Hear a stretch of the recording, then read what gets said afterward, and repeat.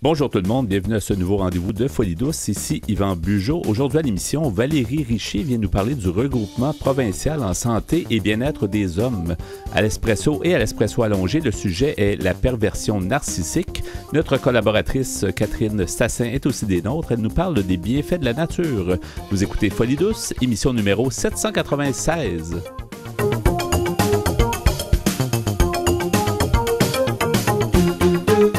Vous syntonisez actuellement Folie douce, expert généraliste en santé mentale depuis 1991. Je suis maintenant en compagnie de Mme Valérie Richer. Bonjour, Mme Richer.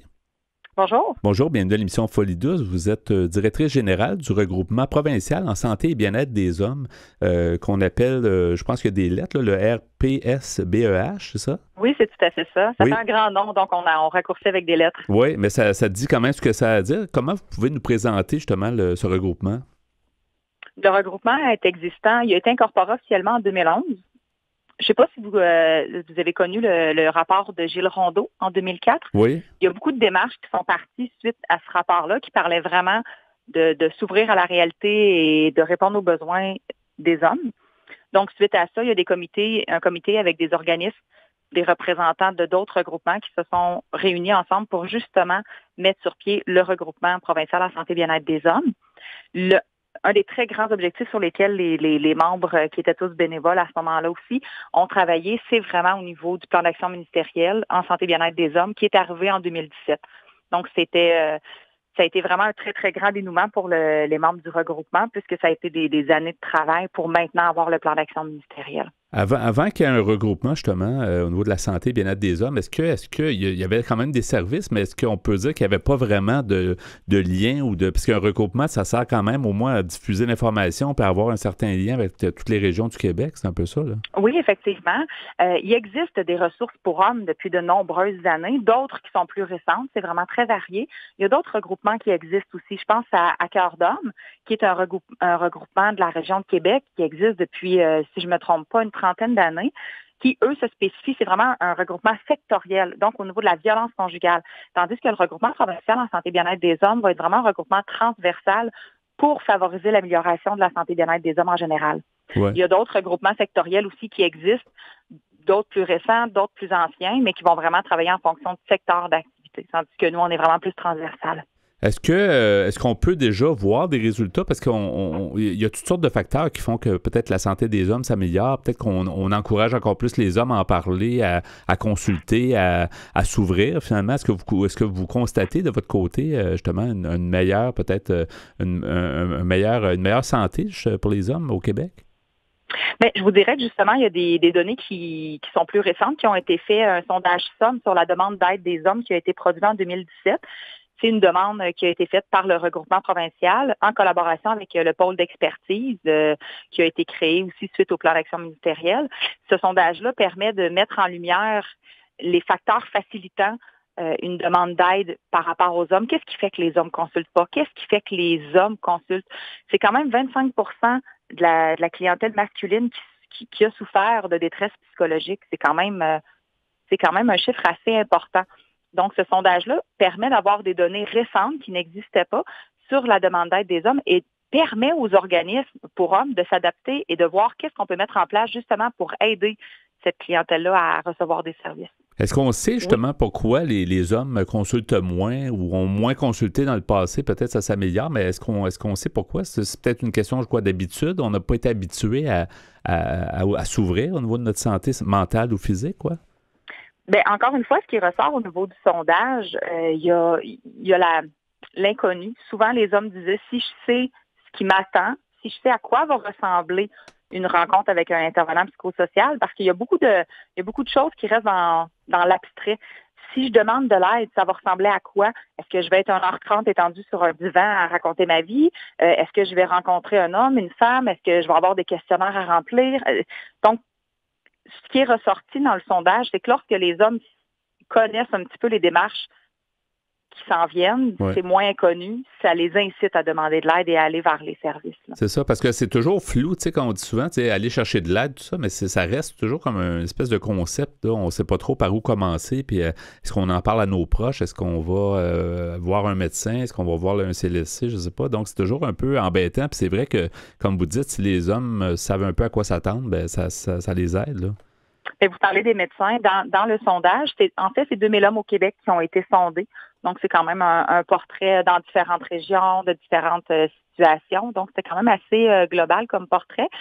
Puis, le médecin ressortait comme un acteur important parce que la majorité des hommes mentionnaient que si la suggestion de les consulter venait d'un médecin, ils étaient pour faire la demande.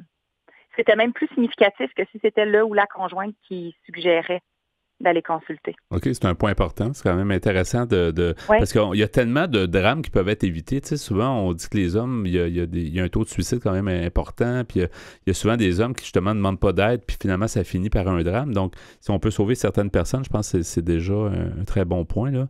Tout à fait. Dans votre regroupement, est-ce que vous êtes donc directrice générale du regroupement provincial en santé et bien-être des hommes au Québec? Est-ce que vous voyez des différences selon les régions? Parce que vous devez desservir un peu les différents organismes. J'imagine qu'il y a des approches différentes, là, les gens en milieu urbain, Montréal ou les grandes villes, versus les milieux moins populeux, là.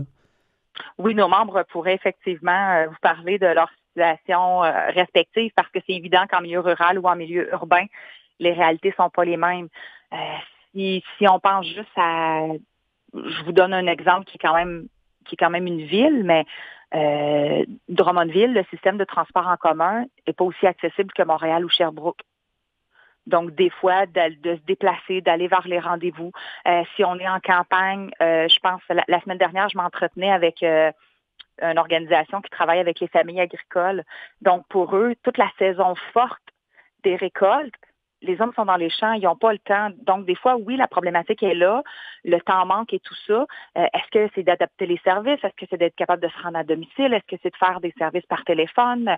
Le clavardage devient un petit peu plus populaire aussi. Ouais. C'est d'évaluer un petit peu tout ça. Mais oui, les réalités, dans les terres crises, ce ne sera pas les mêmes réalités qu'en Montérégie non plus, là. Oui.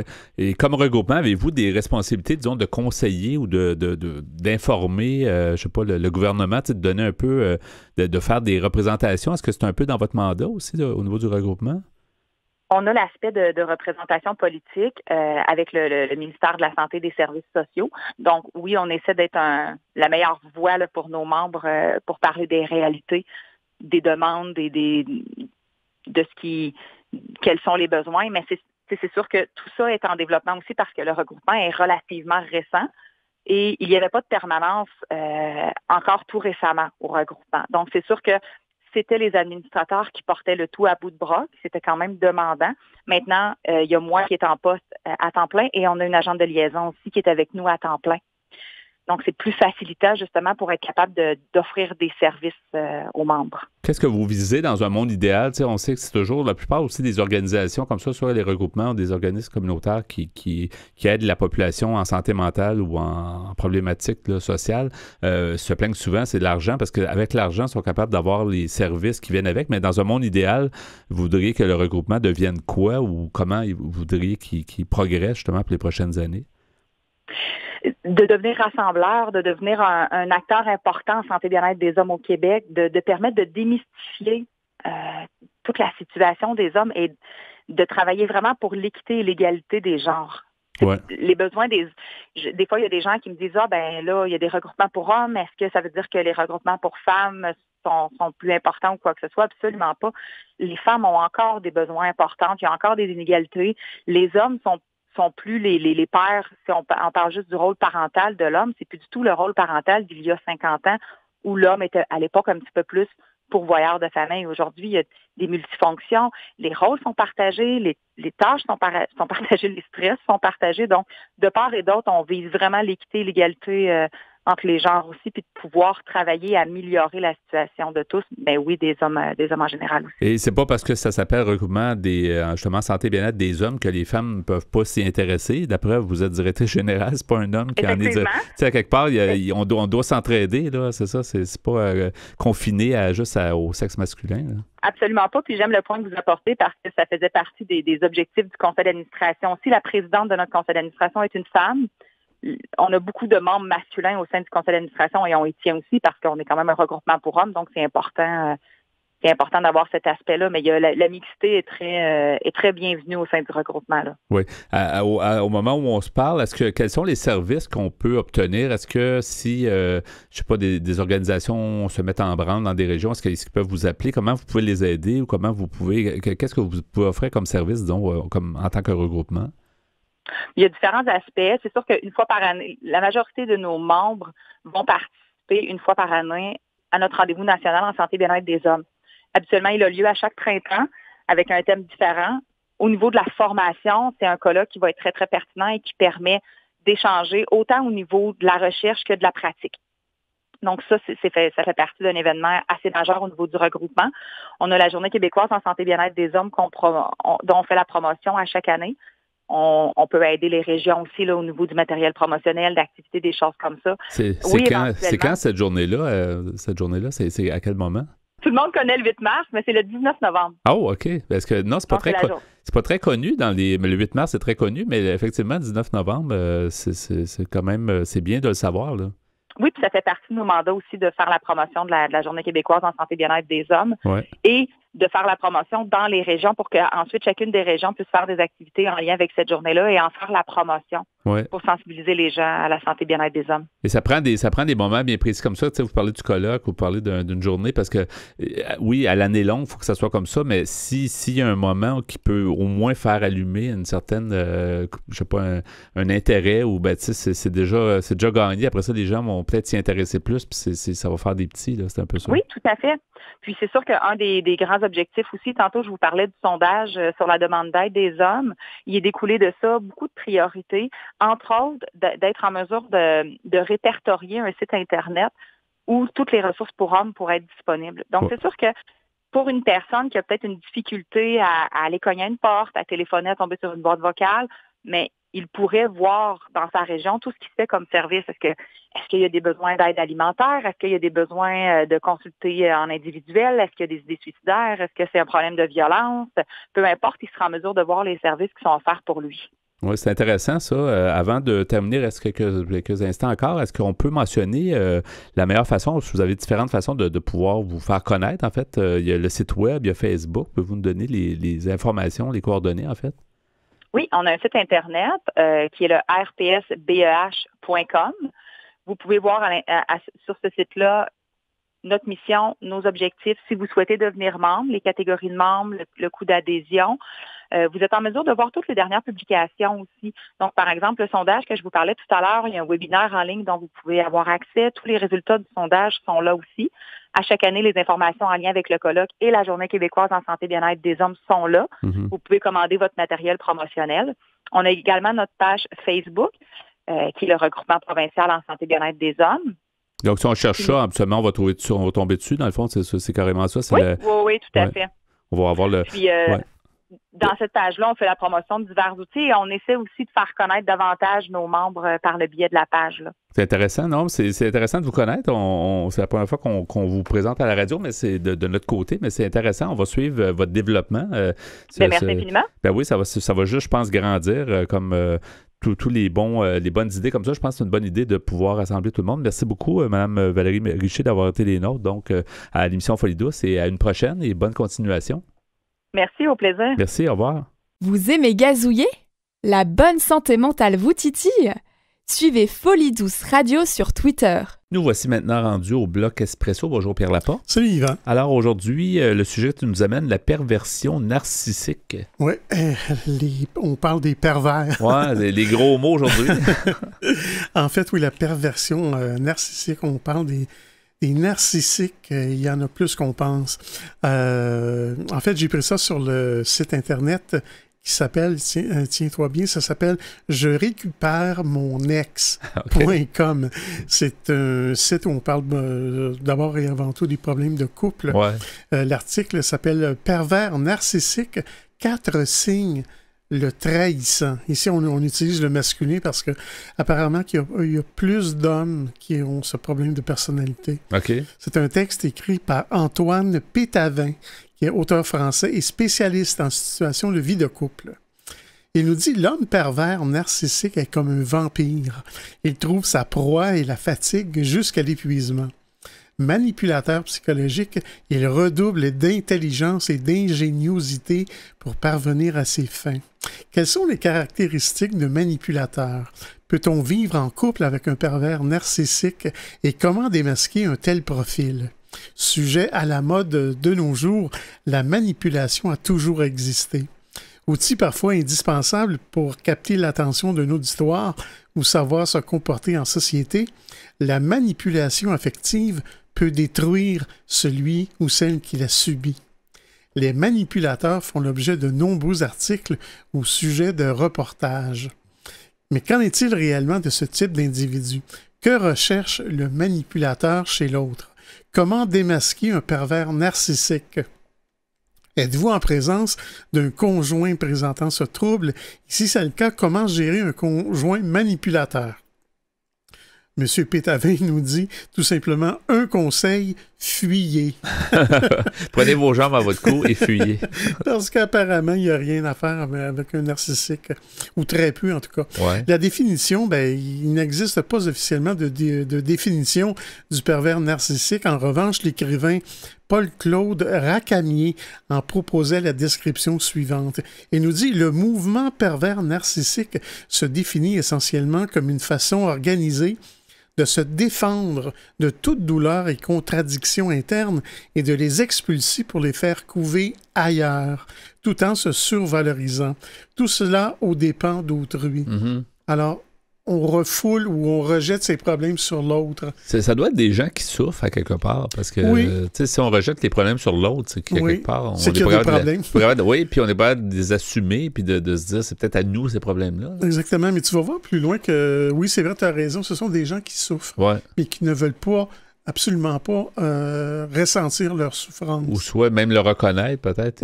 C'est ça, c'est... Alors, une première caractéristique d'un pervers narcissique, c'est qu'il n'est jamais satisfait de quoi que ce soit. Mm-hmm. Quelles que soient vos paroles ou vos actes, rien ne sera assez bien pour lui ou pour elle. La haine est le ciment de son existence. L'homme pervers narcissique puise ses ressources et sa force dans l'agressivité. À la question « Le pervers narcissique est-il heureux ?» nous répondrons non. Un manipulateur est toujours jaloux du bonheur des autres puisqu'il ne peut obtenir le sien.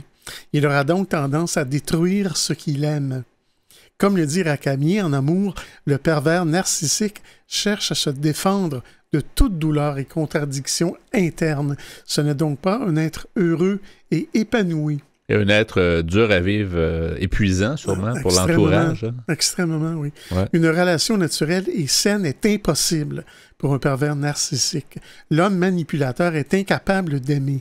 Malgré une image agréable en société, les manipulateurs cachent une profonde tristesse. Tout est faux.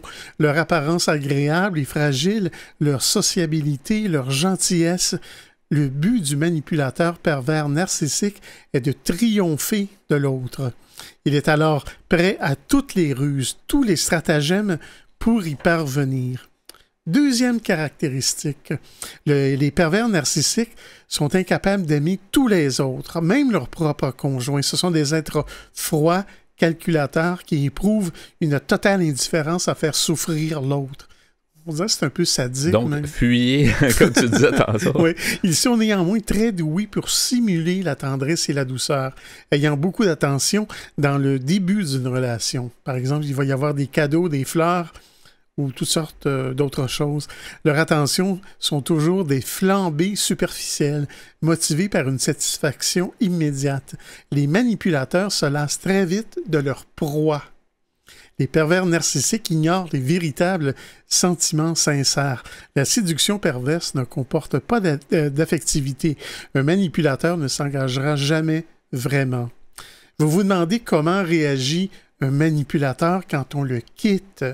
Sachez que les déceptions entraîneront par contre une immense faille pour son ego.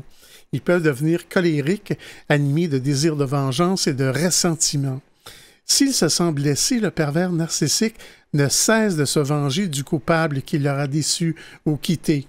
Autrement dit, c'est pas si facile. Non. Au contraire, un manipulateur qui quitte ne montrera aucune compassion devant la souffrance de l'autre. Tel un boulet trop encombrant, vous serez éliminé de sa vie rapidement. Quand un manipulateur vous quitte, vous devez mettre votre fierté de côté. J'y reviendrai un peu plus tard dans l'émission. Oui, tu vas poursuivre à l'Espresso allongé avec le même sujet, donc la perversion narcissique à l'émission Folie douce. Merci Pierre et à plus tard pour la suite. À venir dans l'émission, notre collaboratrice Catherine Stassin nous parle des bienfaits de la nature. À l'Espresso allongé, nous poursuivons avec le sujet la perversion narcissique. Pour nous trouver sur les divers réseaux sociaux, cherchez Folie douce Radio. Vous écoutez actuellement Folie douce, l'émission hebdomadaire qui démystifie les problématiques de santé mentale depuis 1991. Folie douce, une communauté, une radio.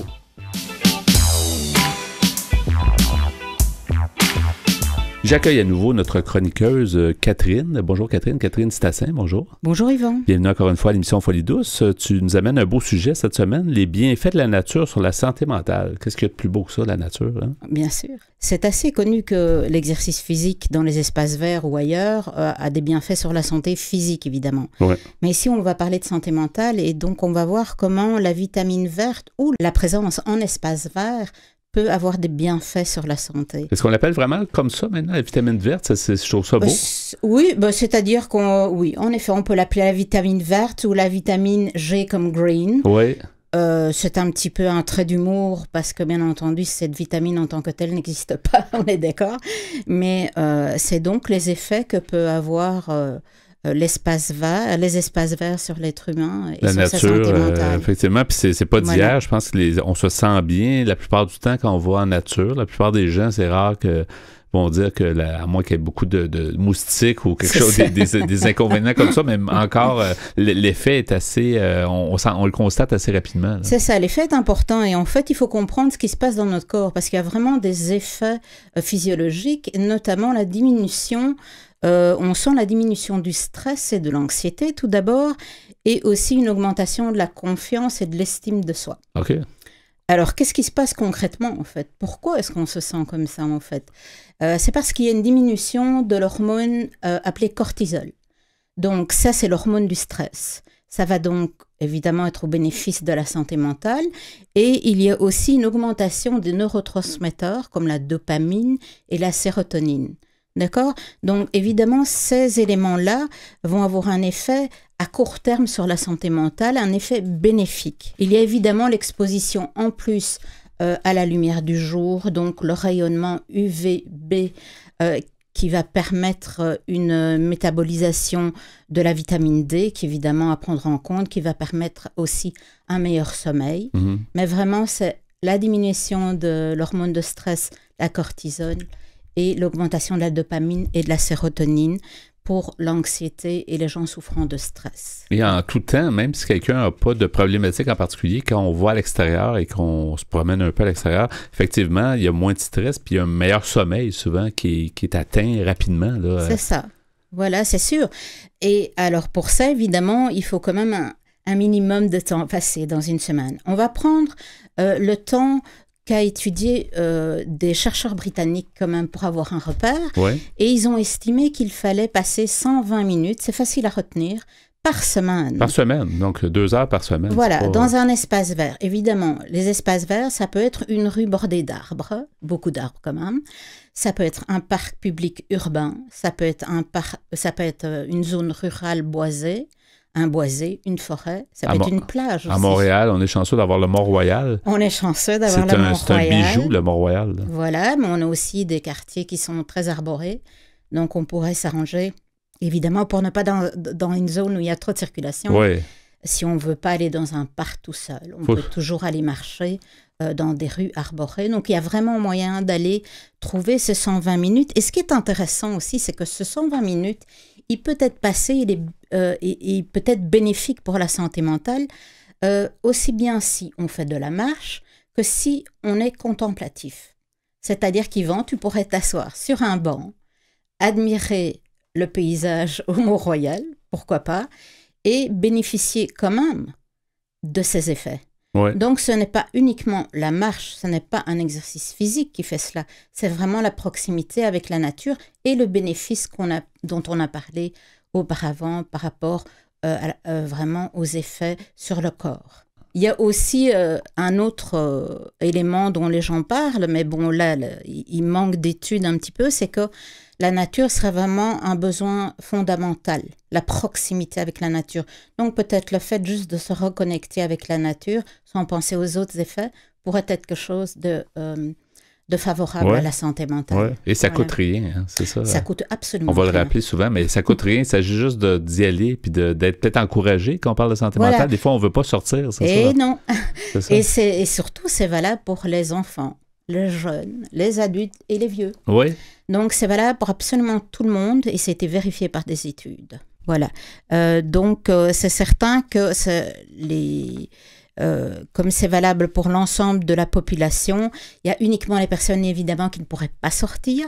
Mais ces personnes-là, il y a d'autres études qui pourraient les encourager à écouter des bruits de nature. Ça paraît un petit peu étrange au début, mais que ce soit des bruits d'eau ou des bruits de nature, ça s'achète des DVD. Et ça se trouve même sur Internet, ça se trouve gratuitement. Voilà, exactement, en ligne, on peut trouver ça. Ouais. Et également visionner, il y a eu des expériences, simplement visionner des images de la nature, etc.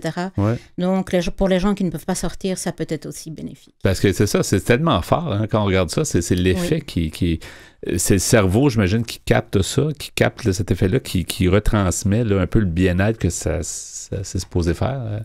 Oui, c'est vraiment intéressant. C'est sûr que c'est complexe au niveau neuronal et je ne suis pas neurologue ni spécialiste, mais c'est vrai qu'il y a un bienfait, on ne peut pas le nier et c'est prouvé par des études extrêmement sérieuses parues dans Nature et Science. Peut-être j'essaie un peu peut-être pas une conclusion, mais je me dis, on est nature nous-mêmes. J'imagine qu'en s'approchant de la réelle nature, la nature la plus brute, si on veut, peut-être que justement notre corps se reconnaît, donc finalement il y a quelque chose une connexion qui se fait naturelle. Donc c'est peut-être ça qui expliquerait cela.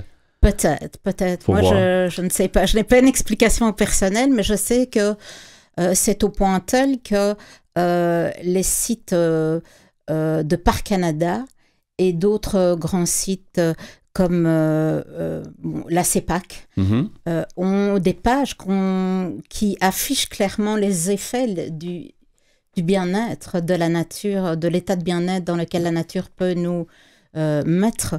Donc, il y a même un programme qui s'appelle Aventure thérapeutique pour les jeunes avec la UQAM CEPAC, où les jeunes peuvent aller vraiment se plonger dans la nature.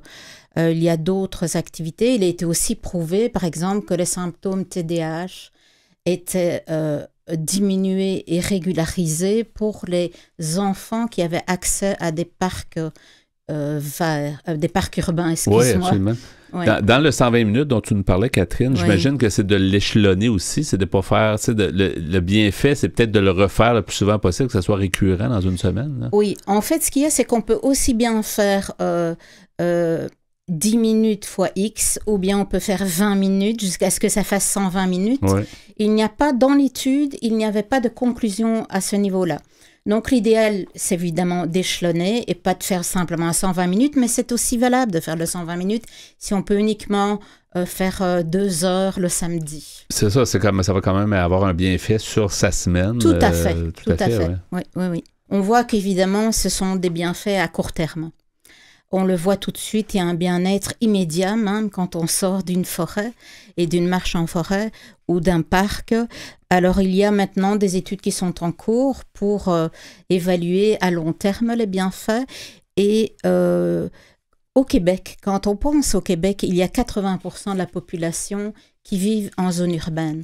Donc, il est sûr qu'à ce niveau-là, les décideurs de l'aménagement urbain et les communautés sociales, les membres, les entités de l'éducation, tout ce qui est développement économique d'une ville, tout le monde va devoir se parler pour pouvoir créer des espaces et assurer un bien-être à la population, puisque 80%, je le répète, de la population du Québec vit en zone urbaine. J'ai une petite question, Catherine. Oui. Est-ce que on voit beaucoup de jardins communautaires un peu partout dans les zones urbaines, mais ça reste de la nature? On fait pousser des légumes, on fait pousser des herbes, peu importe. Est-ce que ça a un effet aussi?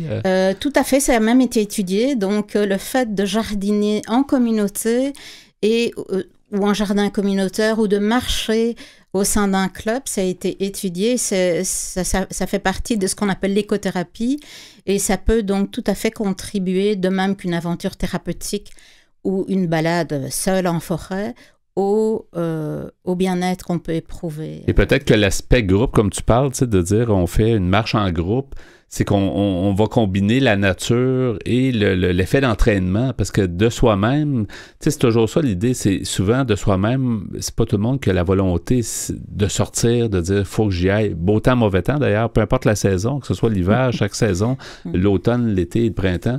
Il y a des belles choses à faire, puis quand il fait trop chaud, on cherche l'ombre, puis quand il fait trop froid, on cherche les zones où il n'y a pas de vent.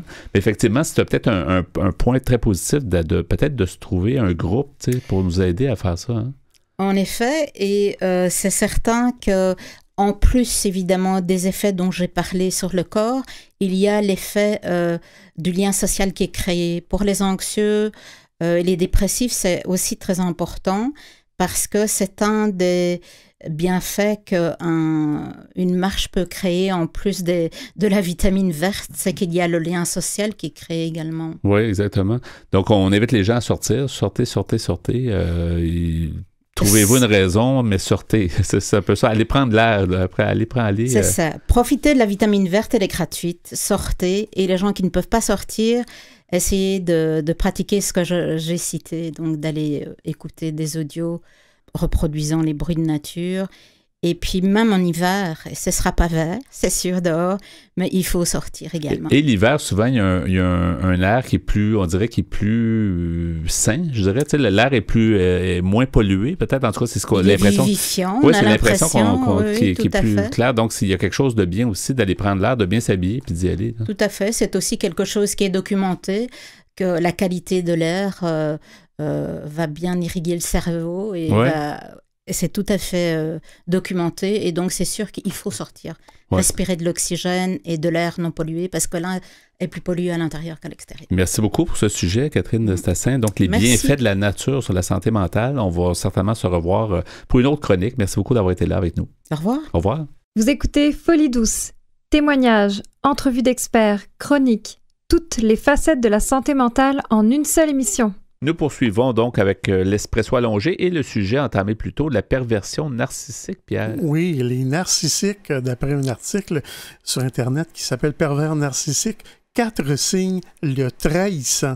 C'est sur le site je-récupère-mon-ex.com. Et ne vous en faites pas, on nomme pas de nom et on donne pas d'adresse. Donc... Oui, on se demandait si on en connaissait, mais on n'attaquera pas personne. Non, on va... le manipulateur pervers narcissique simule l'admiration. Un manipulateur encense toujours sa victime au début d'une relation. Vous êtes doté de toutes les qualités, vous êtes la plus belle, la plus sympathique, la plus douée. Comme je disais un peu plus tôt dans l'émission, ce sont plus les hommes. Les hommes qui sont comme ça. Oui. Un trait masculin. Oui. Alors, vous semblez être son seul centre d'intérêt et le monde tourne autour de vous. Méfiez-vous, cela ne lui servira que pour mieux vous atteindre ensuite et créer un effet de surprise. Le but du pervers narcissique est de vous mettre dans le doute et l'incompréhension. Très séducteur, le conjoint pervers narcissique utilisera ses atouts pour s'imposer et se rendre indispensable dans votre vie. Troisième caractéristique du pervers, c'est le harcèlement. Le manipulateur inverse souvent les rôles, se rendant victime à la place du bourreau. Donc, il joue la victime un peu, c'est un peu ça. Ben, quand c'est le temps, oui. Quand c'est le temps de fesser, on joue la victime. On dirait que c'est un bon acteur. Oui, c'est un manipulateur, finalement, comme tu disais. Alors, lors des séparations, par exemple, il sera la pauvre victime abandonnée, ce qui leur permet de trouver un autre partenaire assez rapidement qui voudra les consoler, entre guillemets. Le pervers narcissique ira souvent vers des femmes sensibles, maternelles, qui souhaiteront s'occuper de cet animal perdu, entre guillemets. Cela n'est qu'une illusion pour mieux vous mettre sous sa coupe et vous manipuler à sa guise. La perversion réside dans le fait qu'il instaure une dépendance de l'autre envers lui. Il aura des exigences que son conjoint ne pourra jamais satisfaire. La demande dépasse souvent les capacités du conjoint, qui sera alors vu comme un incapable ou une personne sur qui on ne peut pas compter. Une autre tactique de harcèlement moral sera d'isoler sa victime de son entourage et de ses amis, de sa famille, pour ne plus avoir comme seul point d'ancrage que son conjoint pervers. Ainsi isolée, la victime pourra subir toutes les brimades du manipulateur. Un autre conseil, et deuxième et dernier conseil, conservez vos proches. Un narcissique peut-il aimer? Oui, il s'aime lui-même, infiniment d'ailleurs. Le narcissisme est l'amour excessif porté à l'image de soi, selon le dictionnaire Larousse. Les pervers manipulateurs n'ont que peu de place pour aimer les autres. Et quatrième et dernière caractéristique des pervers narcissiques, c'est le déni. Un manipulateur peut-il quitter sa victime? La réponse est oui. Lorsqu'un manipulateur décide de rompre, ses sentiments ne sont que peu ou pas du tout exprimés. L'homme pervers narcissique ou la femme se détache de sa victime lorsqu'elle ne le nourrit plus suffisamment. Ainsi, une personne qui refuse de se laisser manipuler, qui se rebelle ou se protège, aura de grandes chances d'être quittée par le pervers narcissique. Bien entendu, celui-ci ne se laissera pas aller à la nostalgie ou au regret. Il passera très rapidement à autre chose. Ça, c'était les 4 caractéristiques maintenant. Pour terminer, on ajoute comment blesser un manipulateur narcissique. Comment blesser dans le sens pour se défendre? J'imagine, oui.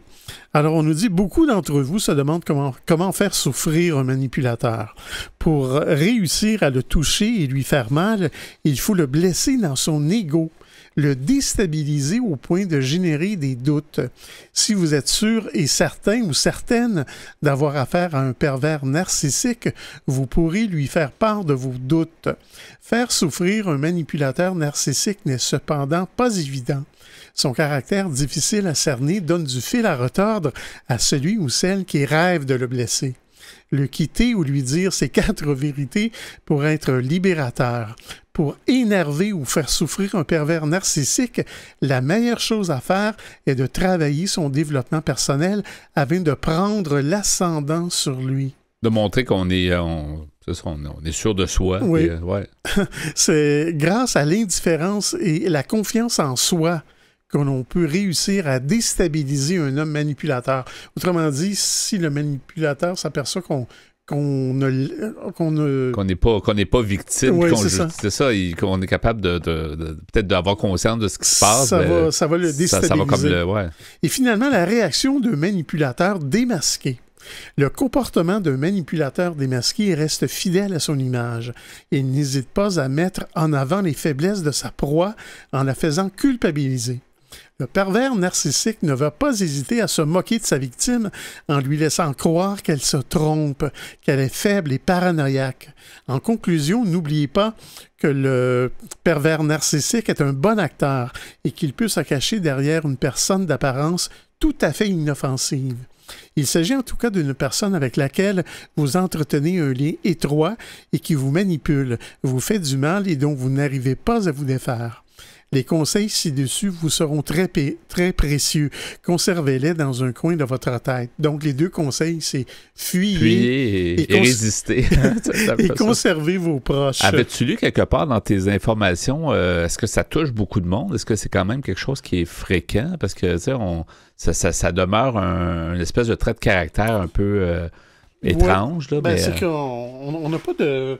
de statistiques comme tel. Statistiques là-dessus. Ouais. Mais je répète, le nom de l'article, c'est « Pervers narcissique, 4 signes le trahissant » et c'est écrit par M. Antoine Pétavin, qui est auteur français et spécialiste en situation de vie de couple. Et comme d'habitude, les références sont toujours sur notre site web. Vous n'avez pas pris en note. Vous allez sur le site antenne.qc.ca, vous allez dans la section mentionner l'émission, puis normalement, selon le sujet, vous allez pouvoir trouver le lien et aller lire l'article en Exactement. question. Merci beaucoup, Pierre, pour le sujet. Donc, la perversion narcissique. Vous souhaitez écouter l'émission Folie douce au moment qui vous convient le mieux? Branchez-vous sur notre site web pour accéder à notre canal radio sur YouTube.